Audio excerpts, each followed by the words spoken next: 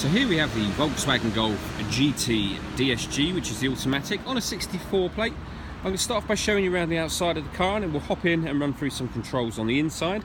But from the outside you can see that it's a 5-door car with alloy wheels. Let's start off inside the boot and then work our way around the rest of the car from there.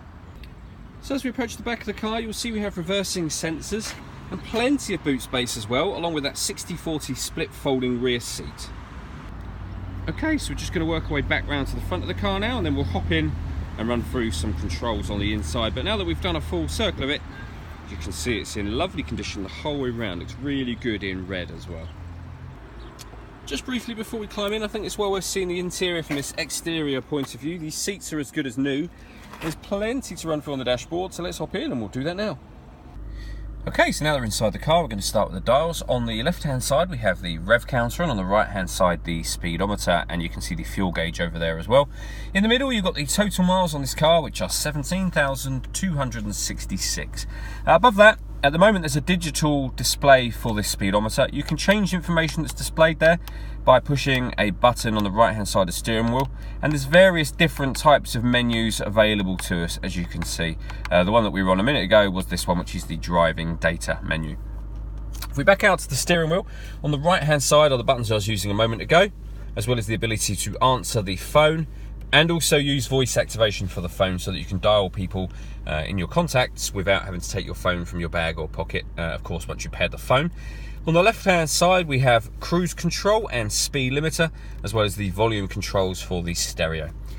Over in the centre here, we've got the main touch screen. So first of all, with the radio, you can see there's some buttons down the right and left, which are the kind of main menu buttons. Once you've accessed the menu you want, the screen is then completely touch screen. So you can see there, radio-wise, we have DAB, digital radio, FM and AM. If I hit the media button, in terms of listening to your own music, you've got many options, as you can see. So CD player, 2 SD memory card slots, auxiliary input, which is the media in, and also Bluetooth audio as well. So once you paired up your phone, you'll be able to stream music as well as making and receiving phone calls. Working our way down from that, we have the air conditioning. So that button will turn the air conditioning on and off. It's on at the moment.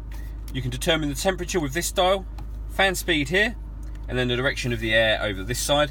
This button will recirculate the air that's currently in the car, so you can turn that off.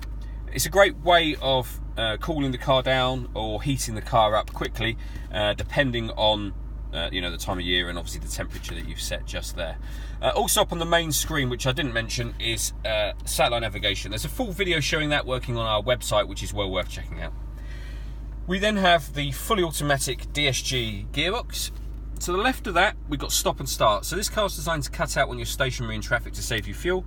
You can turn that system off should you wish to. And this will change the driver mode setup.